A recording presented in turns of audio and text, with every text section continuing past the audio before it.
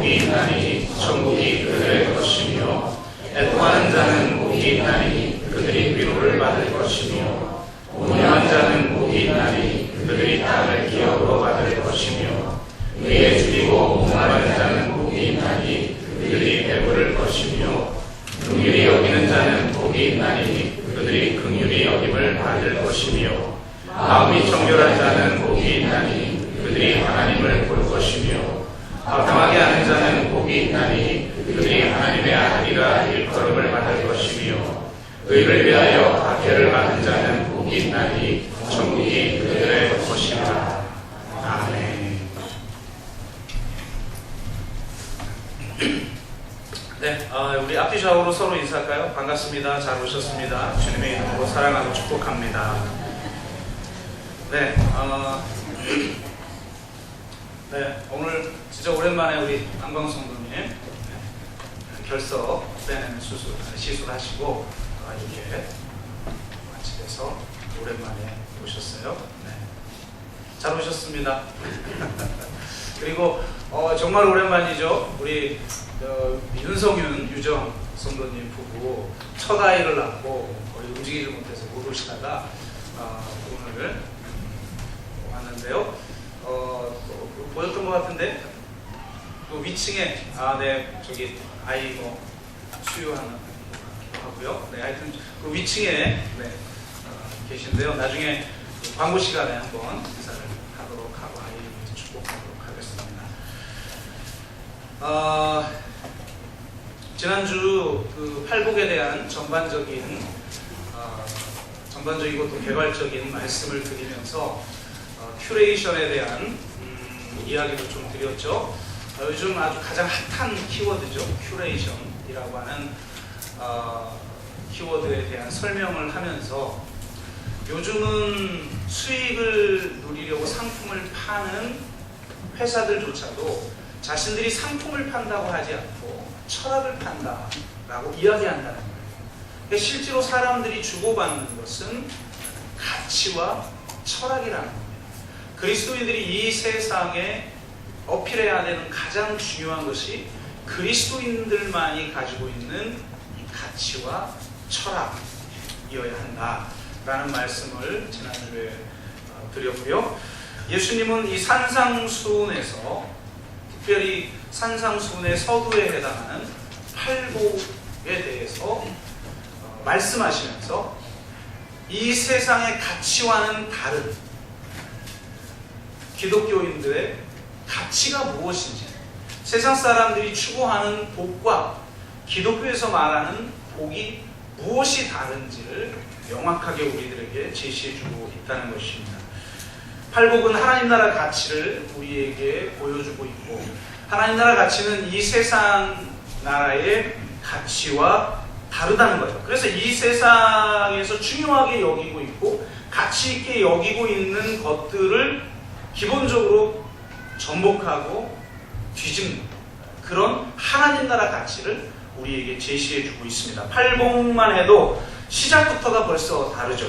세상은 부유한 것을 축복이라고 말합니다. 그런데 팔복은 마음이 가난한 것이 복이라고 말합니다. 마태복음의 팔복은 마음이 가난하다고 표현하고 있지만 누가복음은 아예 마음이 자를 빼고 가난한 자가 복이 있다라고 말을 합니다. 가난한 다음에 찾아오는 것이 우리에게 복이 아니라 가난한 것 자체, 마음이 가난한 것 자체가 복이라는 거예요. 팔복에 대해서 지난주 설명을 드렸는데요. 마음이 가난한 자는 복이 있나니 천국이 그들의 것이다 라고 할 때 내가 마음이 가난하면 그 다음에 천국이 우리의 것이 되는 복이 온다라는 말이 아니라 원어를 보면 마음이 가난한 것 자체가 복이라는 거죠. 바로 그 복이 우리에게 주어졌고 그 복이 복의 열매를 맺게 되어 있는 것입니다. 그래서 이 세상에서 말하는 복하고는 전혀 다른 복. 마음이 가난한 게 복이라고 말하고 우리는 애통하고 싶지 않은데 애통한 게 복이라고 말하고 또 위에 줄이고 목마른 것이 도리어 복이라고 말하는 이 세상의 나라의 가치와는 근본적으로 다른 하나님 나라 가치를 하나님의 복으로 우리에게 주시기를 원하시고 우리가 누리고 우리가 나누기를 원하는 복으로 제시해주고 있다는 것입니다. 그래서 우리는 이 팔복을 통하여서 그리스도인들이 누려야 할 복이 무엇이고 나눠야 할 복이 무엇이며 그리스도인들에게 주어진 궁극적 가치가 무엇인가를 함께 살펴봄을 통해서 이제 진정으로 하나님의 뜻을 이 땅에 온전하게 이루어드리며 그리스도인의 가치를 이 세상에 증언하는 증인의 삶을 살아가는 저와 여러분 되시기를 주의 이름으로 축복합니다. 성경은 마음이 가난한 것을 복이라고 말합니다. 이걸 설명하기 위해서 너무 짤막한 말로만 나와 있으니까 우리는 한 장면을 좀 살펴보기를 원하는데요. 누가복음 5장에 보면 예수님이 베드로를 제자로 부르시는 장면이 나옵니다. 그런데 예수님이 베드로를 제자로 부르시는 그 장면은 잘 아시듯이 베드로가 철저히 실패하는 삶의 현장이었습니다. 성경을 보니까 밤새도록 그물을 던졌으나 한 마리도 못 잡았다고 얘기해요. 아니 무슨 거대한 바다여서 그물을 던졌는데 못 잡을 수도 있고 그렇겠죠. 그런데 여러분 뭐 성지순례 가보신 분은 아시겠지만 갈릴리 이렇게 보면 한눈에 보이는 곳 아니에요. 바다가 아니라 사실 호수죠. 이렇게. 근데 호수치고 넓으니까 바다라고 이야기를 하지. 이렇게 보면 그냥 다 보이는 요만한 거예요. 그냥 갈릴리는. 거기서 어부가 밤새도록 잡았는데 아니 여기다 잡고 저기다 잡고 저기다 잡고 좀만 다녀도 없고 고기들이 모인 자리 뭐 다 알겠어요. 근데 밤새도록 던져도 실패합니다. 모든 노력과 분투가 화사로 돌아가고 아무것도 소유한 것이 없는 빈손의 경험을 그는 하게 되죠. 바로 이 상태가 가난이에요. 성경에서 사용하는 가난한 자가 복이 있다라고 할 때 그 가난은 상대적 가난이 아니라 절대적 가난을 지칭하는 푸토코스라고 하는 단어를 사용하고 있어요. 그러니까 가난과 절대적인 가난과 무기력으로 인해 전적으로 의지할 걸 완전히 잃어버려서 이제는 하나님 한 분밖에 의지할 수밖에 없는 상태. 욕심과 탐욕을 채우기 위해서 아무것도 할 수 없는 상태. 그것을 말하는 거예요. 근데 바로 그때에 주님이 찾아온다는 겁니다. 우리의 끝이 주님의 시작인 줄로 믿습니다. 우리의 실패의 자리에 진정한 하나님의 은혜가 시작된다는 거예요. 그래서 주님이 찾아와서 그에게 이렇게 말합니다. 깊은 곳에 가서 그물을 내려 고기를 잡아라 라고 말해요. 여러분 이건 말이 안 되는 거죠. 왜요? 목수가 어부한테 고기 잡는 법을 가르치고 있어요. 잔뼈가 굵은 어부인 베드로가 듣기에는 이건 자존심 상하는 문제죠. 밤새 던져도 안 잡혔는데 뭐 네가 던지라고 오른편에 던지라고 해서 던지는 게 잡히냐 라고 할 수도 있는 건데 완전히 우리의 자존심이 나의 노력이 완전히 깨어져 버린 바로 이 실패를 베드로는 경험했기 때문에 말씀에 의지하여 내가 던져보겠습니다 하고 던집니다. 던졌는데 그물이 찢어질 정도로 수확을 하게 되죠. 그것을 경험한 베드로가 이렇게 말해요. 주여 나를 떠나소서 나는 죄인이로 소이다. 여러분 이 세상에서는 이런 고백이 가장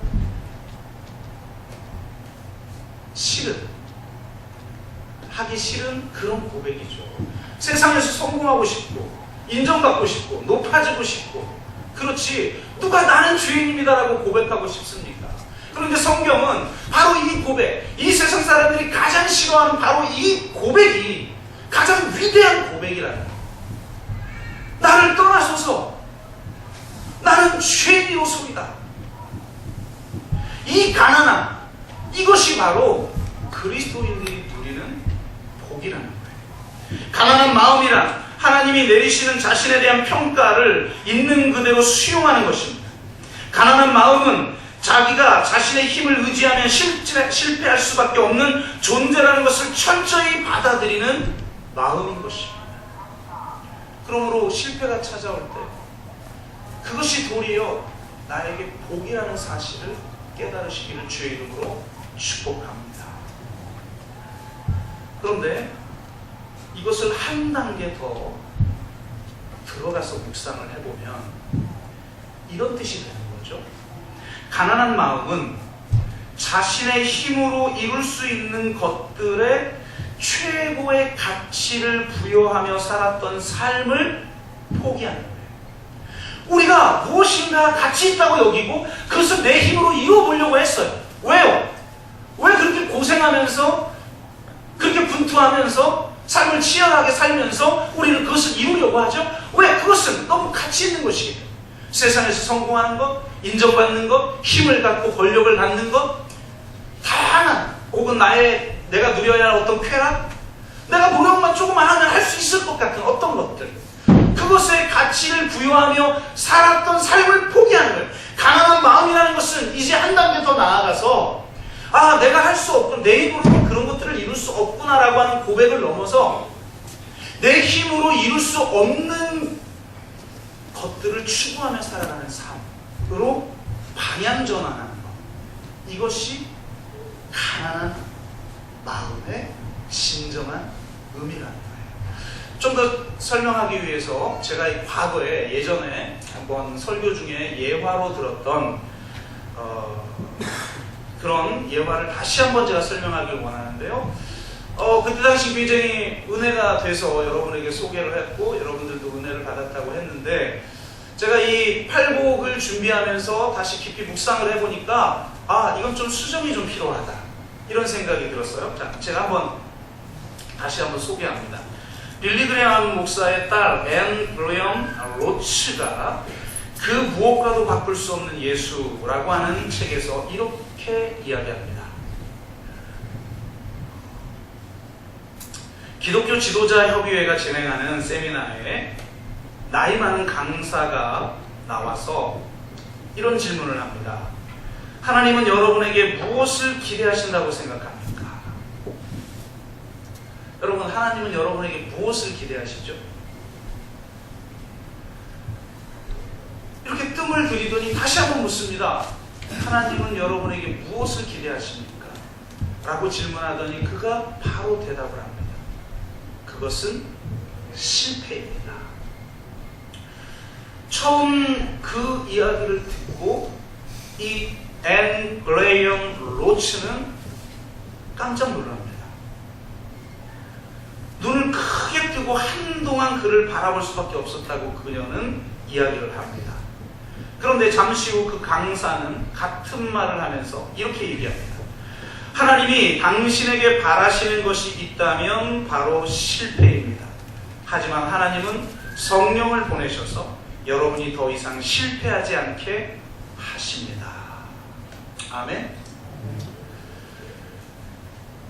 그가 이렇게 그 책에서 고백합니다. 바로 그것이었습니다.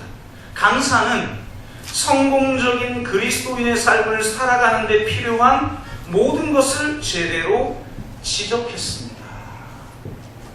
이렇게 기록합니다. 제가 이것을 소개하면서 우리의 실패가 바로 하나님의 은혜임을 여러분에게 이야기했는데요. 분명히 맞아요. 우리는 이런 고백을 하며 살아가야 되는 줄로 믿습니다. 그러나 성경에서 말하고 있는 성경의 핵심, 성경에서 말하고 있는 그 영성의 핵심에는 미치지 못한다라는 거예요. 무슨 말인가? 한국교회는 이런 메시지에 머물러 있어요. 그렇지만 성경은 그보다 더 나갑니다. 실패를 통해서 성공을 위한 조건을 충족시키는 것이 아니라 사실은 우리가 추구하는 가치를 근본적으로 바꾸신다는 거예요. 우리가 그동안 들었던 메시지는 하나님이 우리 고난을 허락하시고 하나님이 우리에게 실패를 허락하시는 이유는 여기죠.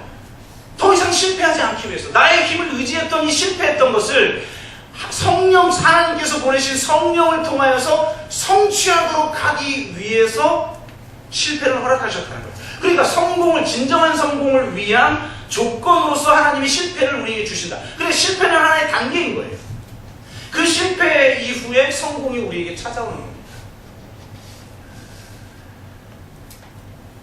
그러나 성경이 주는 메시지는 단지 실패는 실패가 성공을 위한 필요 조건이 아니라 하나님이 실패를 통해서 진정으로 우리에게 주시기를 원하시는 복은, 물론 하나님이 친히 행하셔서 내가 할 수 없는 것을 이루어 주시면 감사하죠. 내가 할 수 없는 사업의 성공을 주님이 친히 행하셔서 기적을 행하셔서 나에게 그런 축복을 주시고, 내가 도저히 어떤 의술을 사용해도 낫지 않았는데 하나님이 기적처럼 낫게 하셔서 하나님이 그것을 주시고, 좋죠. 그건 너무나 큰 은혜죠. 그러나 거기서 머물러 있으면 안 된다는 거예요. 하나님이 우리에게 실패를 주시는 이유는 내가 그동안 추구했던 그 가치를 근본적으로 해체시켜 버리시고 이제는 하나님의 나라의 가치를 위해서 살도록 하시기 위함이다. 이 세상의 가치를 추구하던 자가 하나님 나라의 가치를 추구하는 삶으로 바뀌는 것, 그것이 복이라는 거예요. 베드로에게 나는 죄인으로소이다, 나를 떠나소서라고 고백하는 베드로에게 주님이 뭐라고 말씀하십니까? 너는 이제 나를 따르라.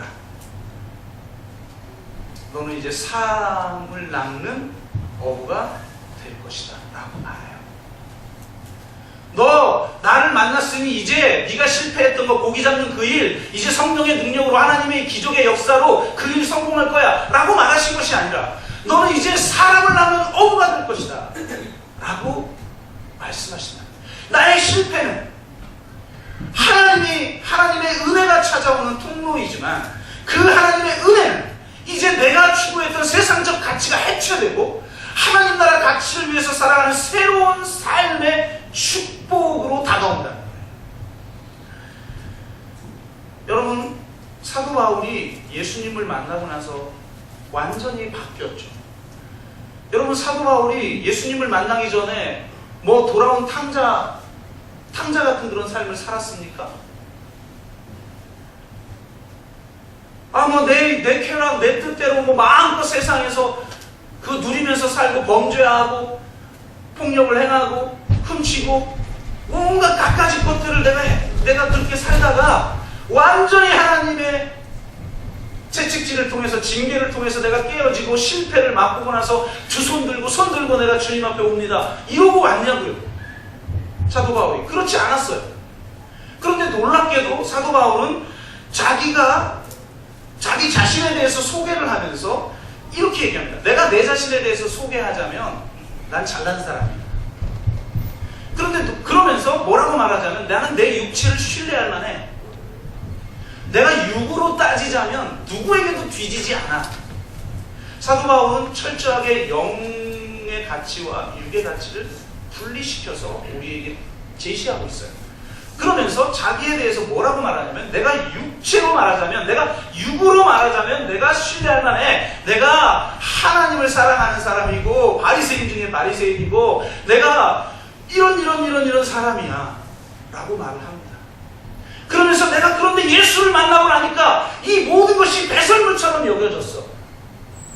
그리스도를 아는 지식이 가장 고상하여 이 모든 것들이 배설물처럼 여겨지는 삶을 살게 되었어 라고 고백을 합니다. 빌립보서 3장 4절에서 6절까지 그렇게 고백을 하고 있는데, 여러분 보세요. 그가 육적인 삶이라고 말했던 삶은 하나님 없이 자기 쾌락과 세상적인 성공을 위해서 살아갔던 삶이 아니에요. 오직 하나님의 영광을 위해서 살았던 삶입니다. 그는 바리새인 중에 바리새인이었어요. 바리새인이 뭡니까? 분리된 자라는 뜻이에요. 이 세상과 다른 삶을 살았다는 거예요. 이 세상과 분리된 거룩한 삶을 살았다는 거예요. 그리고 오직 하나님의 영광을 위한 하나님의 열심에 사로잡힌 자였어요. 구약의 비누아스처럼. 이스라엘 백성들이 범죄할 때 비누아스가 하나님의 질투심으로, 하나님의 열심으로 범죄한 자를 죽여버립니다. 그러니까 하나님의 분노가 끝나서 그 징계가 멈추게 되죠.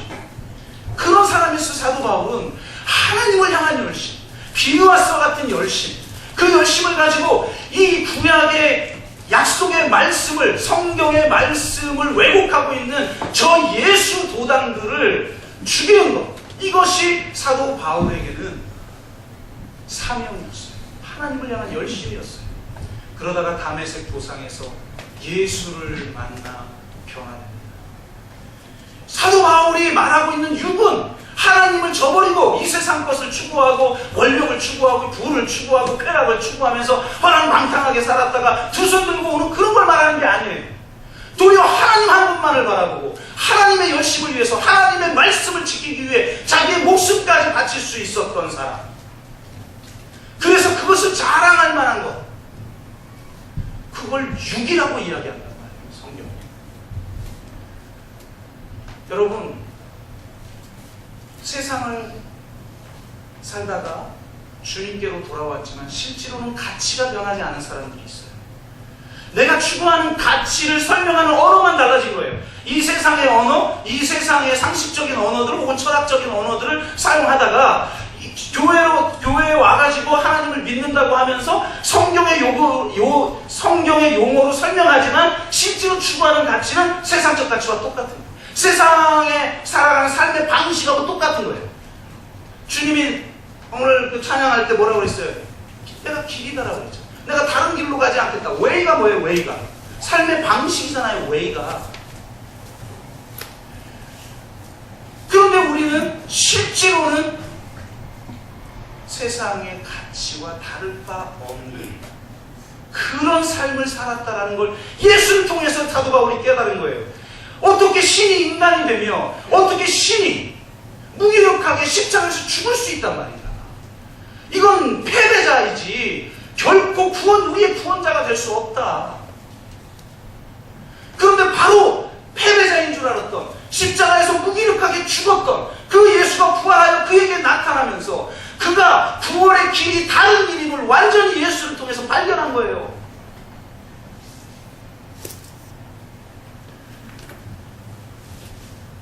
실패는 내 욕망을 내 힘으로 채울 수 없는데 하나님이 채워주는 게 아니라 실패를 통해서 내가 추구했던 삶의 가치들이 근원적으로 바뀌는 것입니다. 하나님 나라의 가치, 영의 가치로. 세상은 부유함을 추구하지만 가난한 것이 복이고 가난한 마음을 갖는 것이 복이라고 하는 가치로 완전히 바뀐 사람들. 이 세상은 강함을 추구하고 지혜를 추구하지만 십자가의 어리석음과 십자가의 약함을 추구하는 사람들, 이 세상의 가치를 근본적으로 전복하는 사람들, 그것이 바로 그리스도인인 줄 믿습니다. 이것이 바로 가난한 마음을 가진 자들의 축복인 거예요. 예수를 통해서 완전히 가치가 바뀌어서 이전에 영광스럽게 여겼던 것까지도 배설물처럼 여겨버려요. 단지 세상적인 게 아니에요. 가장 종교적이고 가장 경건한 그 욕망마저도 세상의 가치와 동종성을 가졌다는 걸 예수 십자가를 통해서 사도 바울이 깨닫고 그걸 배설물처럼 버려버린 겁니다. 이것이 바로 가난한 마음을 가진 자들이 누리는 축복인 줄 믿습니다. 그러므로 여러분, 이 세상의 가치를 추구하지 마시고 하나님 나라의 가치를 추구하는 자가 되십시오. 한국교회는 복음을 말하지만 실질적으로는 세상의 가치를 주장하는 교회가 되어버림으로써 경건의 모양은 있으나 경건의 능력을 상실한 교회가 되어버렸습니다. 저와 여러분은 바로 이 성경의 가치, 예수 그리스도가 십자가와 부활을 통해서 출범시킨 바로 그 하나님 나라의 가치가 무엇인지를 바로 알아 그 가치로 전환하는 삶의 방향이 전환되어지는 진정한 회개가 있기를 주의 이름으로 축복하고, 그것이 바로 하늘나라의 복임을 여러분 기억하시기를 주의 이름으로 축복합니다. 그런데 놀랍게도 마음이 가난한 자라고 하는 그 축복이 놀랍게 무엇으로 연결된, 이게 바로 성경의 기가 막힌 메시지예요. 자, 제가 지난주에 말씀드렸죠. 팔복은 두 개로 이루어졌다. 굳이 제가 이제 페어처치 쓴 얘기하면서 우리 교회 비전이 바로 이쪽 4개와 이쪽 4개 팔복의 구조가 있어서 하나님 나라 신학과 십자가의 영성과 성령의 능력을 갖춘 급진적 제자 공동체 4개와 공교회성과 공동체성과 공공성을 뜻한 성교적 교회라는 4개의 키워드라고 하는 팔복의 구조를 가졌습니다. 갖다 붙이기는 잘하는 이런 또 얘기를 제가 드렸잖아요. 그러니까 앞에 4개의 복이 뒤에 후반부의 복으로 심화되는 구조를 가지고 있다고 학자들이 대부분 이야기합니다. 이거는. 그러니까 첫 번째 복과 다섯 번째 복이 서로 연결되고, 두 번째 복과 여섯 번째, 그리고 세 번째 복과 일곱 번째, 그리고 네 번째 복과 여덟 번째 복이 서로 연결이 되고 심화되어져요. 자, 그렇다면 마음이 가난한 자의 복, 예수 그리스도를 통해서 우리에게 주어지는 복이 마음의 가난함이라는 복인데, 그 복이 반드시 무엇과 연결되어야 되냐면 긍휼히 여기는 것과 연결돼야 돼요. 이게 기독교의 영성이라는 거예요. 왜 이렇게 마음의 태도에 대해서 설교를 하고, 이렇게 마음이 가난해져야 된다고 한국교회 강단에서 수도 없이 선포하는데 왜 마음이 가난한 그 사람들이 가장 탐욕적이냐? 저는요, 솔직히 말해서 마음이 가난한데 탐욕적이지 않은 그리스도인들 별로 못 봤어요. 경건한 것 같아요. 그런데 막상 결정적인 선택을 하는 거 보면 가장 탐욕스러운 결정을 하고 가장 탐욕스러운 가치를 추구하면서 행동을 해요. 어떻게 그렇게 상반되는 게 동시에 존재할 수 있지? 존재할 수 있습니다. 어떻게 존재할 수 있느냐? 마음의 가난함과 긍휼이 연결되지 않을 때 탐욕스러워질 수 있어요. 그래서 가장 경건한데 가장 탐욕스러울 수 있는 거예요. 그래서 가장 하나님을 많이 찾는데 가장 욕망을 추구하고 이 세상적이 되는 거죠. 놀라운 것은 이 가난한 마음이 반드시 긍휼히 여기는 마음으로 연결돼야 된다. 기독교의 윤리는 전적으로 하나님을 사랑하고 내 이웃을 내 몸과 같이 사랑하는 거예요. 이 메시지는 우리에겐 두 가지 사랑이 있다. 하나님을 사랑하는 사랑과 인간을 사랑하는 사랑이 있다. 이게 아니에요. 메시지의 핵심은 두 가지 사랑이 있다는 게 아니라 이 두 가지 사랑이 분리될 수 없다라는 메시지. 유대교와 기독교의 가장 큰 차이점, 바로 하나님 사랑과 인간 사랑이 분리될 수 없다는 걸 보여준 거라는 거죠. 제가 예전에 사람에게 비는 하나님이라는 책을 신학교 때 읽은 적이 있어요. 지금은 아마 절판돼서 나오지 않을 것 같은데요. 제가 굉장히 충격을 받았어요. 저는 그냥 하나님 앞에 비는 거, 이게 기도인 줄 알았거든요. 근데 이방 종교와 기독교의 가장 결정적인 차이점은 뭐냐? 이방 종교는 신에게 인간이 빌어요. 근데 기독교의 기도는 신이 인간에게 빌어요. 아, 놀랍죠? 그 기도의 세계를 이 산상수훈에서 보여줘요. 이 뒤에 보면 주기도문이 나오고 하는 걸 보면 너무 기가 막히게 나오죠. 그러면서 그 기도의 핵심이 뭐냐? 이방 종교도 신이 축복합니다. 여러분 뭐 이방 종교 믿으면 축복 안 받는 줄 알아요? 뭐 솔직히 안 믿는 사람이 더 부자지 믿는 사람이 더 부자인 거 본 적 있어요? 세상 최고의 부자들 1, 2, 3위에서 10위까지 하나님 믿는 사람이 있나요? 보세요. 하나님이 축복을 하시면 이방 종교는 그 축복을 더 누리기 위해서 하나님을 찬양하고 경외해요. 기독교와 이방 종교의 가장 큰 결정적 차이점은 뭐냐? 놀랍게도 하나님은 인간에게 값없이 선물을 주시고 축복을 주시는데 그 축복이 감사해서 다시 하나님 앞에 드리는 게 아니에요. 기독교의 영성. 하나님은 우리가 뭔가 채워야 하는 부족한 사람이 아니에요. 완전하신 분이에요. 영광스러운 분이에요. 존귀한 분이에요. 그런데 그분이 인간에게 축복하시면 그 축복이, 그 사랑이, 그 은혜가, 그 구원이 다시 하나님 앞에 올라가는 게 아니라 다른 이웃에게 흘러가야 돼요. 하나님과 인간 사이만 존재해요. 기독교의 신앙은. 그렇죠. 신과 인간 사이만 존재해요. 그래서 신과 인간 사이에 오가는 사랑의 교환, 이게 신앙생활인 줄 안단 말이에요. 기독교는 그게 아니라 하나님이 일반적으로 인간에게 주시는 그 사랑이 다른 인간에 흘러가서 사랑이 순환되는 거예요. 사랑이 교환되는 게 아니라 사랑이 순환되는 게 기독교의 영성이라는 말이죠. 그게 뭡니까? 긍휼히 여기는 거예요. 긍휼은 타인의 고통에 대한 공감이에요. 기독교가 마음이 가난하다고 말하면서 가장 탐욕스럽기 때문에 타인에 대한 타인의 고통에 대한 공감 능력이 없어요. 세상에 누가 죽어가든, 세상에 누가 자살을 하든, 세상에 어떤 아픔이 있든, 내 주변에 무슨 힘든 일이 있든 아무 상관이 없어요. 나 잘 먹고 잘 살면 되고, 내 가족 축복받으면 돼요. 나 구원받으면 되는 거예요. 그건 기독교 영성이 아니죠. 그건 진짜 가난이 아니죠. 마음의 가난이 긍휼이 여김으로 연결되지 않는 가난은 가짜 가난이에요. 긍휼은 타인의 고통에 대한 공감이에요. 그래서 가장 중요한, 이 시대의 가장 중요한 영성이 뭐냐? 공감의 영성이에요. 어떤 사회학자가 그런 말을 하더라고요. 중세 시대에는 종교가 중요했다. 그러니까 우리식으로 말하면 신앙이 중요했다 이거죠. 근데 중세가 끝나고 근대가 시작되고 나서는 가장 중요한 게 이성이었다. 그 이성이 뭐 이제 지난 몇백 년 동안에 우리 이 세상에 시스템을 만들어냈죠. 근데 그게 끝장나 버렸잖아요. 19세기에 20세기에 그 뭐 수많은 뭐 예를 들어 뭐 1차 대전, 2차 대전 이런 것들을 통해서 인간의 이성은 결코 신뢰할 수 없다라는 것을 이제 우리는 깨닫게 되죠. 그러면서 21세기에는 이제 종교가 아니고 이성이 아니고 공감이다. 21세기는 공감의 시대가 될 것이다. 이렇게 사회학자가 분석을 했어요. 저는 굉장히 중요한 통찰이라고 생각해요. 이제 21세기의 가치는 공감의 가치예요. 근데 그 공감의 핵심에 뭐가 있느냐? 나를 향한 나의 모든 것이 내 중심이잖아요.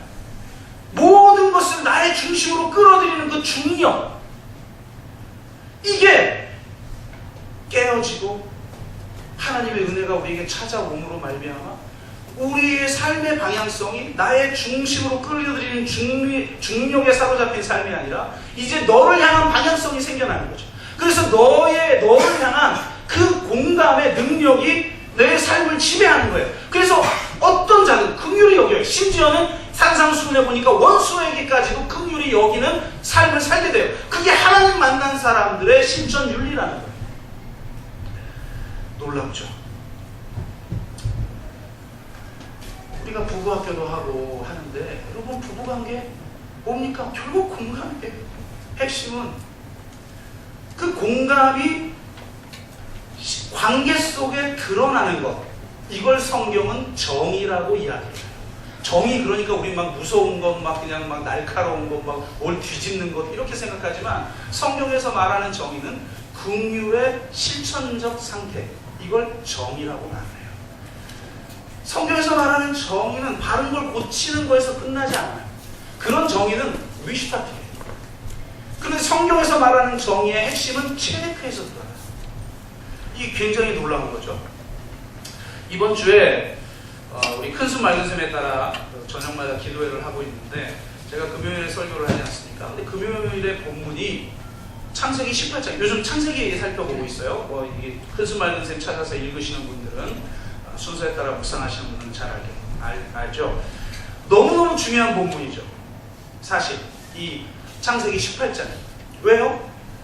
12장에 보면 내가 너를 축복하겠고 네가 복이 될 것인데 세상이 너를 축복하면 그 사람들도 축복을 받고 세상이 너를 저주하면 그들도 저주를 받게 될 것이다. 그러니까 궁극적 목적은 세상을 향한 축복이죠. 하나님의 목적은. 아브라함에게 축복을 주시는 이유는 세상을 축복하기 위한 거예요. 그러니까 여러분을 구원하신 이유는 세상을 구원하고 세상을 회복하기 위한 거예요. 그게 목적인 거죠. 그런데 보세요. 그럼 그 복이 뭐냐를 18장에서 설명해요. 너희가 강대한 나라가 될 것이고 세상이 너희를 축복하게 될 것이다 라고 말을 하면서 18장 19절에 이렇게 얘기합니다.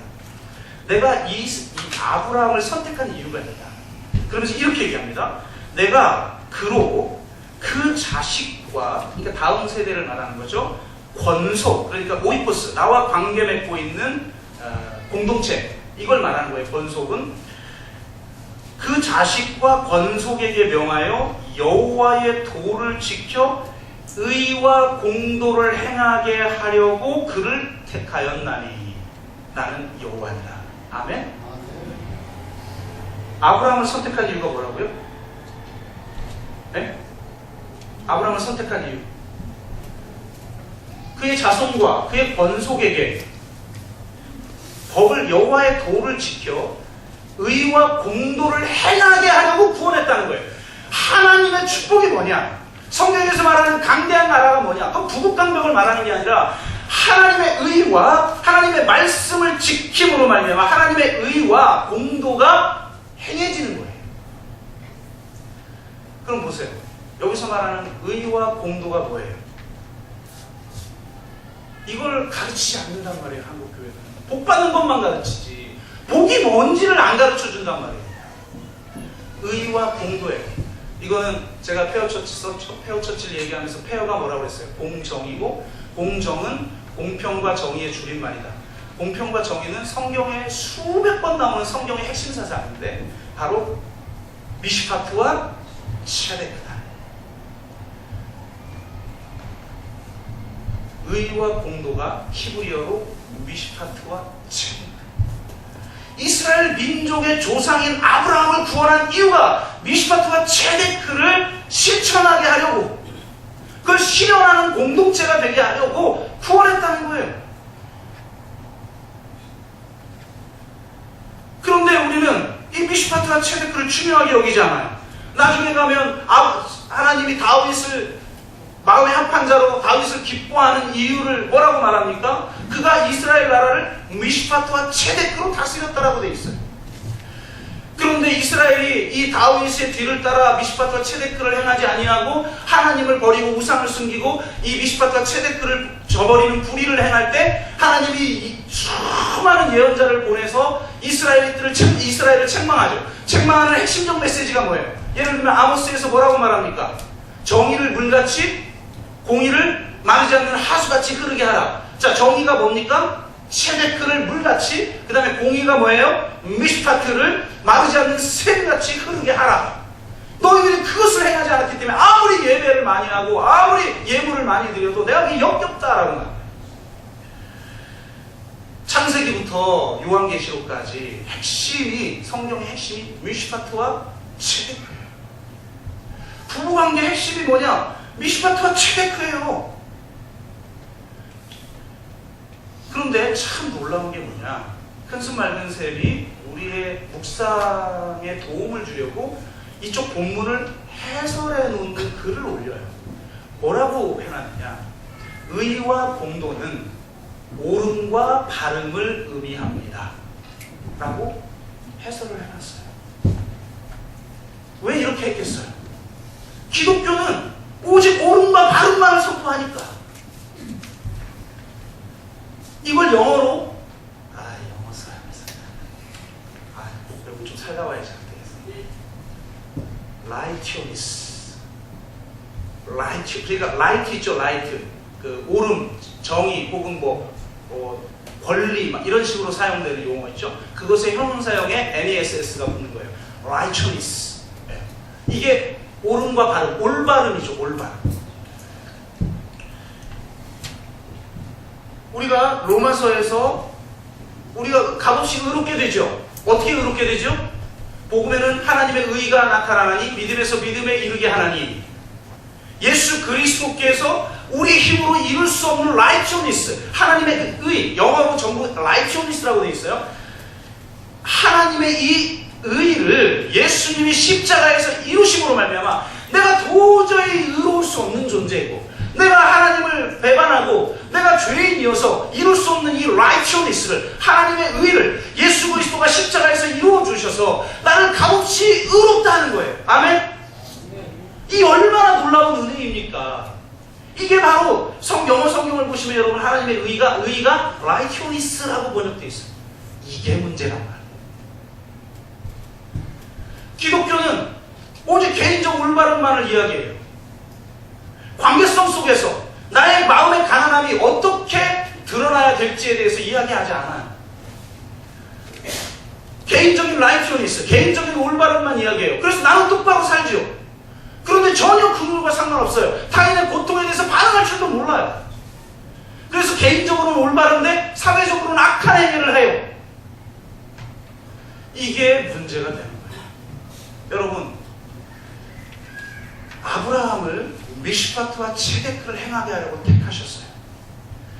여러분 집에 돌아가서 이 성경에 미슈파트와 체데크가 수백 번 나와요.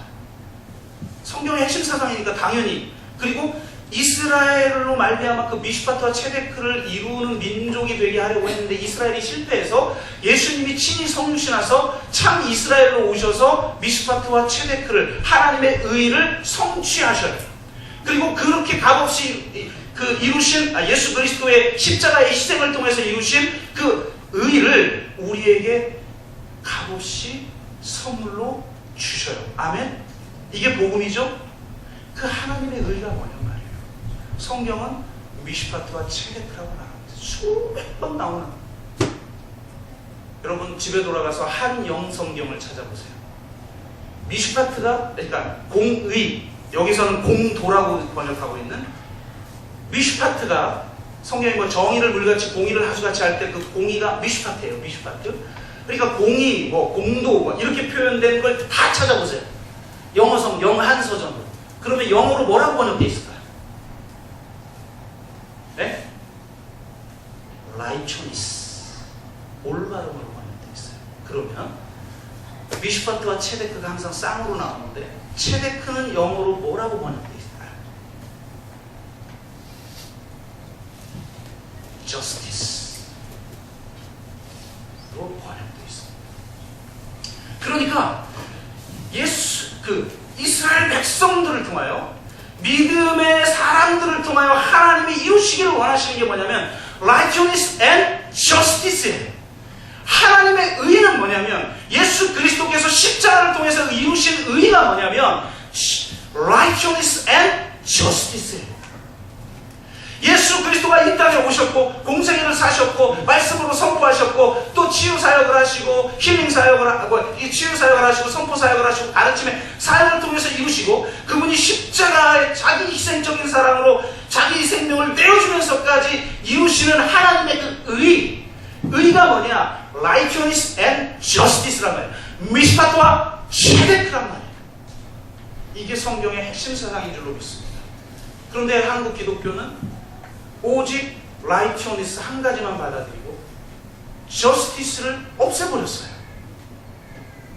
그러니까 말씀을 백날 천날을 묵상해도 내 개인적 올바름, 내가 죄사함 받고 내가 의인이 됐다라는 이 한 가지에 대한 은혜의 감격을 고백할 뿐이지, 예수 그리스도께서 righteousness뿐만 아니라 미슈파트뿐만 아니라 체데크, justice라고 하는 것, 이 justice가 바로 긍휼이 실현되어지는 공동체에 실현되는, 그러니까 이 긍휼이 공동체에 실현되는 걸 justice, 체데크라고 말해요. 이걸 더 이상 말하지 않게 되었다는 거예요. 그래서 초대교회를 통해서 성령을 통해서 이루어진 그 위대한 공동체의 비전을 상실해버렸어요. 나 혼자 죄사함 받고 내가 의인이 되고 righteousness, 하나님의 righteous of God, 하나님의 의를 나 혼자 받아서 나 혼자 천국 가면 되는 거예요. justice가 없어요. 타인에 대한 고통에 대한 감수성도 없고 공감도 없고, 그래서 긍휼을 공세적으로 실천하기 위해서 성경에서 제시하고 있는 그 체데크를 실천하려고 하는 삶이 없어요. 내 직장에서, 우리 가정에서 진짜 하나님 만나면 부부 관계가 미슈파트와 체데크가 실현되는 관계가 될 줄로 믿습니다. 그 직장이 그런 가치로 변화되는 줄로 믿습니다. 그러나 자동으로 되지 않아요. 왜? 하나님 말씀을 바로 이해하지 못하는데요. 오직 righteousness 한 가지, 그러니까 나에게 값없이 정답되었다라고 하는 그런 것만 비전을 가지고 있지, 하나님이 just, 체데크, 아브라함을 통해서 이루시려고 했던 미슈파트와 체데크, 우리식으로 말하면 be fair, 이게 가치가 내 개인의 삶에서, 우리 가정의 삶에서, 일터와 그 다음에 이 세상 한가운데에서, 시민적 삶에서, 우리 지역에서, 그리고 교회 공동체에서 이게 이루어지지 않아요. 그리고 개인적으로 올바른 사람들끼리 그냥 집단적으로 모여있는 것 뿐이에요, 교회가. 그러니까 그 교회의 공동체 관계 속에서 저스티스가 드러나지 않아요. 그러니까 한국교회가 오직 의롭게 이름을 받고 믿음으로 구원받았다라는 그 은혜의 복음을 선포하지만 실제 공동체 안에는 저스티스가 없어요. 긍휼이 없어요. 타인에 대한 고통에 대한 공감이 없어요. 그러니까 하나님이 긍휼히 여기시는 그 복을 누리지 못하는 거죠. 여러분, 이 세상의 가치와 우리 다릅니다. 팔복의 가치는 우리 마음이 가난해지는 것입니다. 오직 하나님 한 분을 의지하며 살아갈 수밖에 없는 존재이고, 내 힘으로 이룰 수 있는 그것을 가치 있게 여기는 삶을 포기하고 도대체 내 힘으로 이룰 수 없는 그 영의 것과 하나님 나라의 가치를 추구하는 삶으로 전환되는 것인 줄로 믿습니다. 그리고 그것은 반드시 긍휼의 공동체, 공감의 공동체, 미슈파트와 체데크가 실현되는 공동체로 드러날 수밖에 없는 줄로 믿습니다. 말씀을 맺습니다. 여러분, 진정으로 마음이 가난한 자가 되시기를 주의 이름으로 축복합니다. 어떻게 긍휼할 수 있을까요? 부부간에, 가정에서, 우리 지체들끼리, 이 사회에서 어떻게 진짜 세상을 바꿀 수 있을까? 어떻게 긍휼히 여길 수 있을까? 그거의 출발은 마음이 가난해지는 것입니다. 제로 포인트에 서는 겁니다. 무기력의 자리에 서는 겁니다. 무기력의 자리란 단지 자포자기의 상태이거나 힘이 없는 상태를 말하는 것이 아닙니다. 제로 포인트는 자신에 대한 처분권을 완전히 하나님께 내어드린 상태를 말하는 것입니다. 그래서 내 삶 속에 하나님 자신이 하나님 나라의 가치를 실현하도록 나의 권리를 전부 주님 앞에 내어드린 자리, 이것이 제로 포인트의 자리인 줄로 믿습니다. 제가 개척을 하면서 하나님 앞에 참 불평이 많았어요. 원망이 많았어요. 하나님이 이렇게 해가지고 무슨 개척이 가능하겠냐고. 원망도 많고 참 힘들고 눈물로 기도할 때 하나님이 저에게 분명하게 말씀하셨어요. 네가 왜 원망하고 있는지 아느냐? 네가 왜 힘든지 아느냐? 네가 제로 포인트에 서지 않았기 때문이다. 팔복으로 말하자면 네가 심령이 가난하지 않다. 예수 그리스도께서 달리셨던 그 십자가의 자리에 네가 예수와 함께 죽지 않았다라는 거예요. 성육신과 십자가가 위대한 것은 모든 것을 처분할 권리를 가지신 하나님의 아들이 자신에 대한 처분권을 하나님에게 완전히 양도했을 뿐만 아니라 심지어는 사람들에게 양도했어요. 천군 천사를 보내서 자기를 잡으려고 하는 자들까지 격파할 수 있는 권세를 가졌고, 전 우주를 창조하시는데 사회 일체가 함께 관여를 했고, 전 우주를 통치하시는 하나님의 아들이 모든 것에 대한, 만유와 만물에 대한, 온 세상에 대한 처분권을 가지신 하나님의 아들이 자신에 대한 처분권마저 완전히 내려놓으신, 이것이 성육신이고 이것이 십자가입니다. 그래서 우리가 구원의 은혜를 누리는 자리는 바로 이 제로 포인트의 자리, 십자가의 자리인 줄로 믿습니다.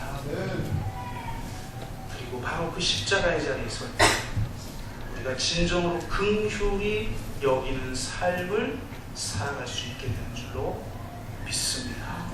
어떻게 긍휼히 여길 수 있는가? 우리가 먼저 긍휼히 여김을 받아야 합니다.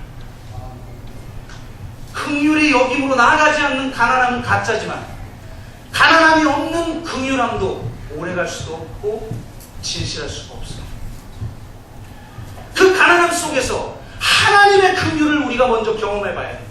우리가 사람을 낳는 어부가 되기 위해서 내가 먼저 하나님에게 낚인 물고기가 되어야 하는 줄로 믿습니다. 사도 바울은 저 벽대를 향해 내가 잡힌 바 된 그것을 잡으려고 달려간다고 말했어요. 우리가 우리의 삶 전체를 쏟아부으며 열정적으로 살아갈 수 있는 힘은 뭡니까? 뭔가를 잡으려고, 지금 희망을 가지고 뭔가를 잡으려고 하나님 나라 가치를 위해서 내 전 삶을 지금 쏟아붓고 있는데 무엇을 잡으려고 합니까? 성경은 말합니다. 내가 잡힌 바 된 그것을 잡으려고 달려가노라. 여러분, 먼저 우리 하나님 앞에 붙잡히는 자가 되시기를 주의 이름으로 축원합니다. 먼저 하나님의 긍휼을 경험하는 자가 되시기를 주의 이름으로 축원합니다. 그 하나님의 긍휼을 통해서 이 세상의 고통에 공감하며 긍휼히 여기는 자로 살아가는 저와 여러분 되시기를 주의 이름으로 축복합니다.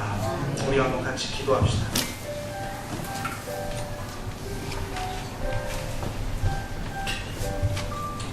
여러분, 십자가의 자리에 서셨습니까? 내 힘으로 어떻게 해볼 수 없는 무기력의 자리에 서 있습니까? 나 자신에 대한 처분권을 완전히 하나님 앞에 내어 맡기는 그 그 자리에 서셨습니까? 그래서 하나님이 그 자리에 찾아오셔서 우리를 긍휼히 여기시고 이제 오직 하나님 나라의 가치를 추구하는 삶을 살도록 하실 때 우리를 온전하게 내어드리는 바로 그 자리에 서셨습니까? 그 자리에 서서 긍휼히 여김을 받을 때에야 우리는 긍휼히 여길 수 있습니다. 내 고집, 내 주장, 내 힘을 의지하여 살아가던 삶에서 상대가 인정하고 수용하고 사랑하고 내어주고 긍휼히 여길 수 있는 삶으로 주님 바뀌길 원합니다. 한국교회가, 우리 교회가, 내가, 우리 가정이, 우리 셀이 긍휼히 여기는 자가 되기를 원합니다. 그렇게 한번 기도하고 그렇게 되기 위해 내가 더욱더 긍휼히 여김을 받는 자가 먼저 되게 하여 주옵소서.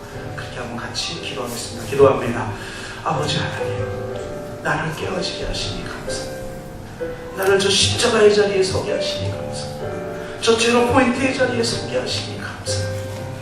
그 자리에 서서 나의 힘으로서는 아무것도 할 수 없음을 고백하며 전적으로 하나님만 의지하게 하시고 내 힘을 의지하여 추구하는, 성취할 수 있는 것들을 추구하던 삶에서 내 힘으로 할 수 없는 것들을 추구하는 삶으로 나를 전환시켜 주시니 감사합니다. 긍휼히 여기는 자로 살아가기를 원합니다. 주님, 너무 사랑이 부족하여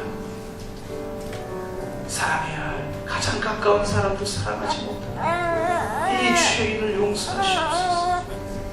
죄 많은 죄인으로 속이다 고백할 수밖에 없는 자에 긍휼을 베풀어 주셔서 긍휼히 여기는 자의 삶을 살아가게 하여 주시옵소서. 그렇게 교회들이 온전한 하나님의 의를 주님 실천하며 살아갈 수 있기를 원합니다. 미시바트와 제네크, 라이트니스와 저스티스를 내 삶 속에서 공동체를 통해 이 땅을 통해 온전하게 드러내며 살아가는 긍휼히 여기는 자가 되기를 소원하고 예수 그리스도의 이름으로 기도드립니다. 아멘.